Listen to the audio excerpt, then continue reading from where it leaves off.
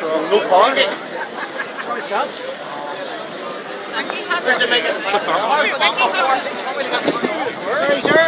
First time I seen you on board. 600 days on.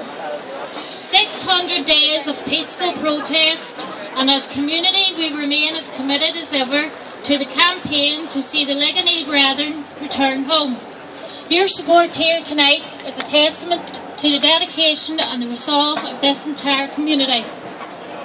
I want to take this opportunity to thank everyone who has contributed to our campaign over the last 600 days. Be under no illusion, this protest is working.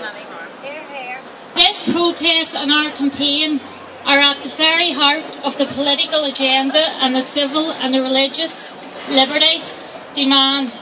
Tonight is a foundation upon which any future agreement will succeed to fail. 20 years from the ceasefires, 15 from the Good Friday Agreement, and the communities were quietly making ground at healing divisions built up over generations. Not satisfied with peace, Republicans began the campaign of agitation. This is not simply about the Crumlin Road. It is about Donegal Street, Newton Arch Road, Carrickhill, Springfield Road, Ormer Road, Duncree, Dunloy and Resharkin.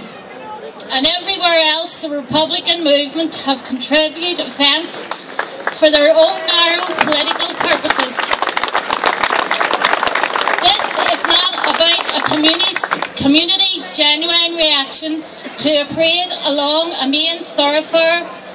The voice of that community is suppressed by competing forces determined to protect their own narrow selfish aims.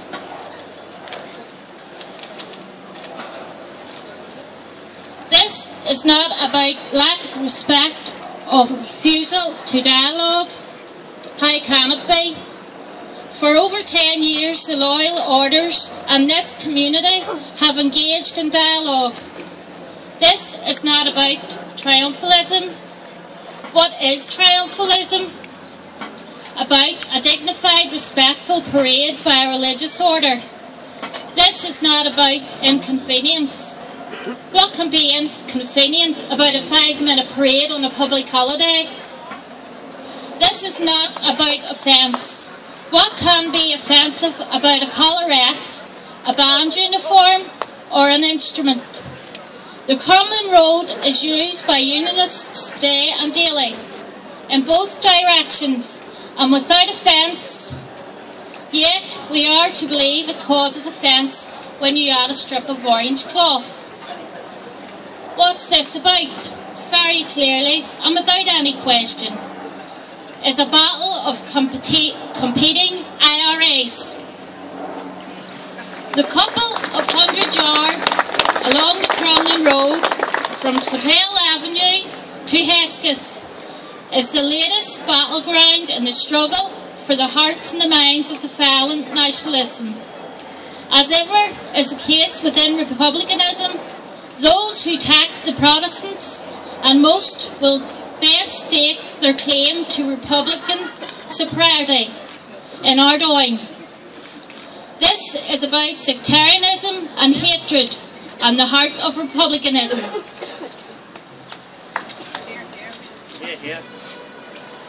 While those warmongers within republicanism continue in their efforts, we will steadfastly continue on the path ahead.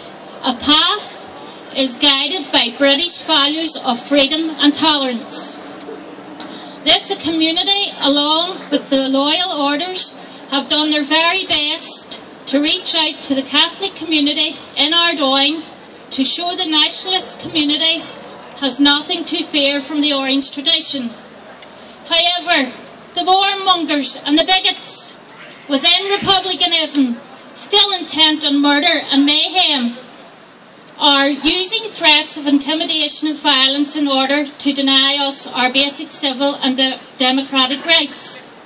While Sinn Féin might say they no longer agree with the violent republicanism they helped create, they certainly don't mind the results. They deviously manipulate and take advantage of this situation by using the threat of Republican violence for selfish and narrow gains, both in terms of policing and parading. This injustice is made worse by the political bias of the Parades Commission and those within the government who have surrendered to these violent threats. Law-abiding citizens should not be punished because of those stuck in hatred of the past and who seek to use violence for political purposes. Our message is very clear. Violence should be condemned, not appeased.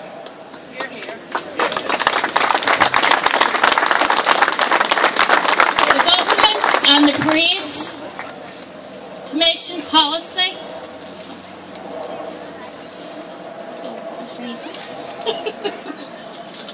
appeasing violent republicanism is dangerous, short-sighted, rather appeasing republicanism. Our government and its institutions should be getting on with delivering on its promises of a shared future for the people of Northern Ireland, both in terms of policy and practice.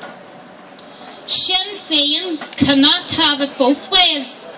Republicans want to share power in the government of Northern Ireland, but don't want to share public road. Sinn Féin talk about rights and equality, but then refuse to extend those rights for equality to the Leg and Eel brethren.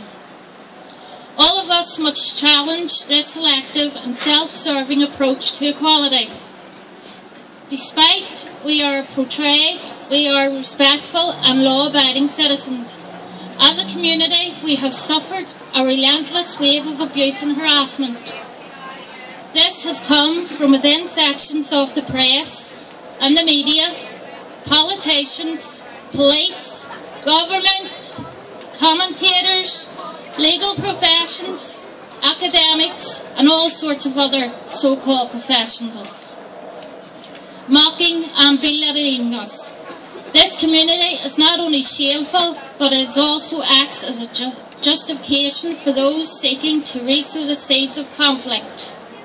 This is an indictment on the system that people have been pushed so far and mistreated so much that their only recourse is civil action. Let it be said, the Leg and Eel brethren and the bands will return, and it will be the unbreakable will of the community that makes that so. Yeah.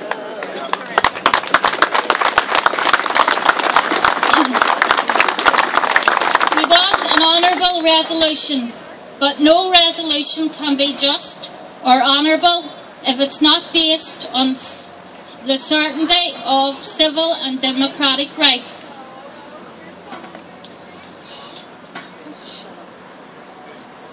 Before I finish, I would like to make an announcement in relation to Denver Smith Memorial Parade on Saturday the 28th of March. We hope people will support it the way they have supported Twaddell. Thank you, ladies and gentlemen. Let them home.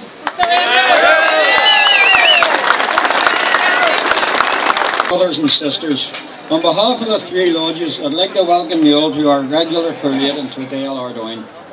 Now, as you all know, this is the 600th night of our campaign to be permitted to walk home. 600 nights, that's almost 10 hunger strikes. We'll maybe get a park called after us, you never know.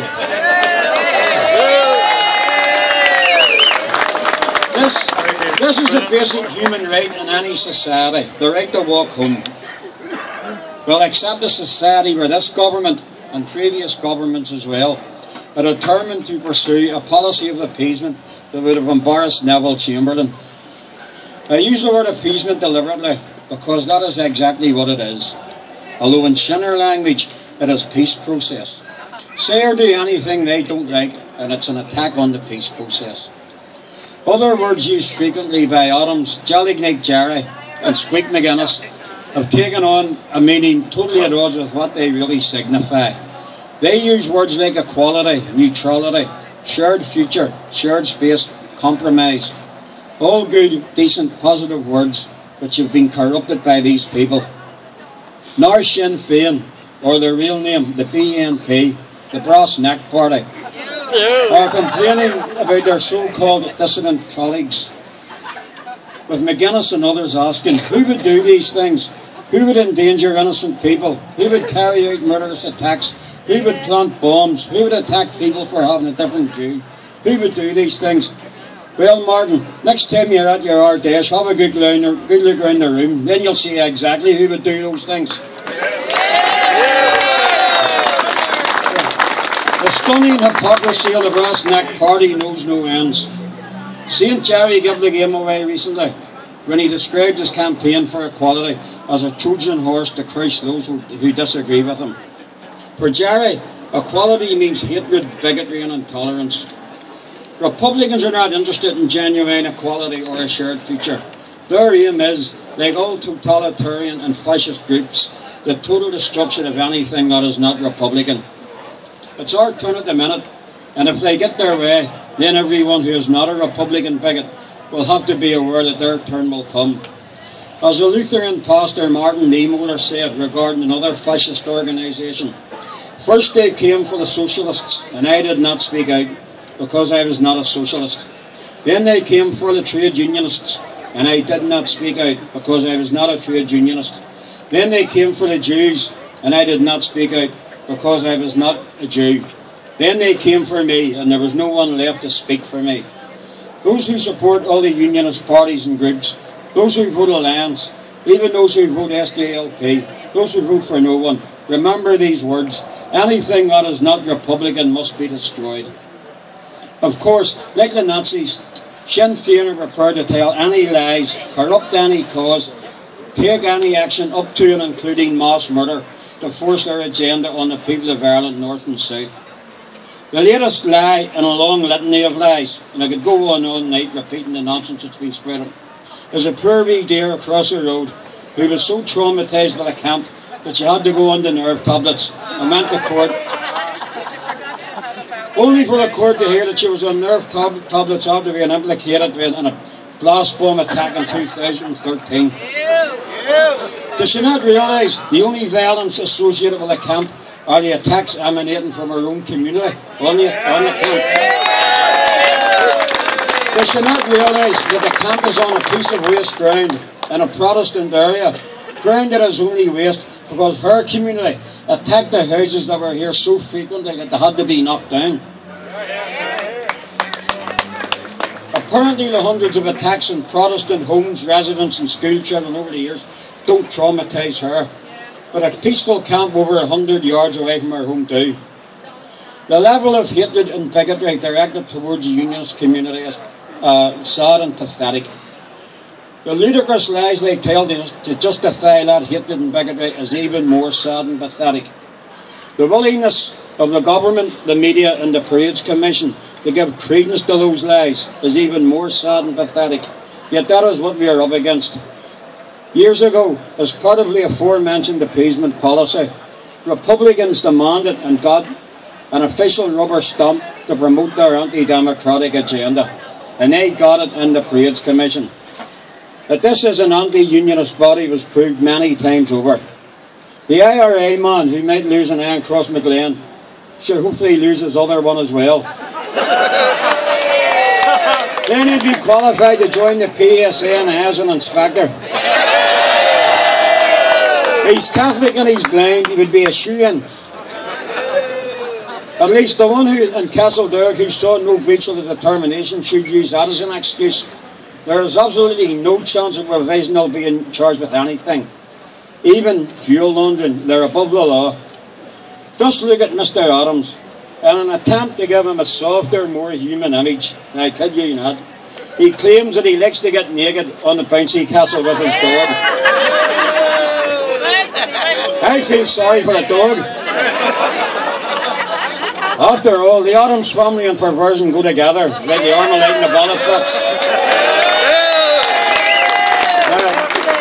We can't call him a bare-faced liar because he has a beard. But maybe we can call him a bare arselar. Well, will our friends over here arrest Jerry for cruelty to animals? Of course not. Paddy's heroes are too busy looking for young Protestants who may try and play a flute in their own place. As we know, they are looking at excuses to arrest young lads for nothing, so don't give them an excuse. Thank you very much for coming here tonight to support our campaign to walk home. Your presence is much appreciated, and I hope to see you, or rather I hope not to see you again, because maybe this government will go up here and do the right thing, although I doubt it.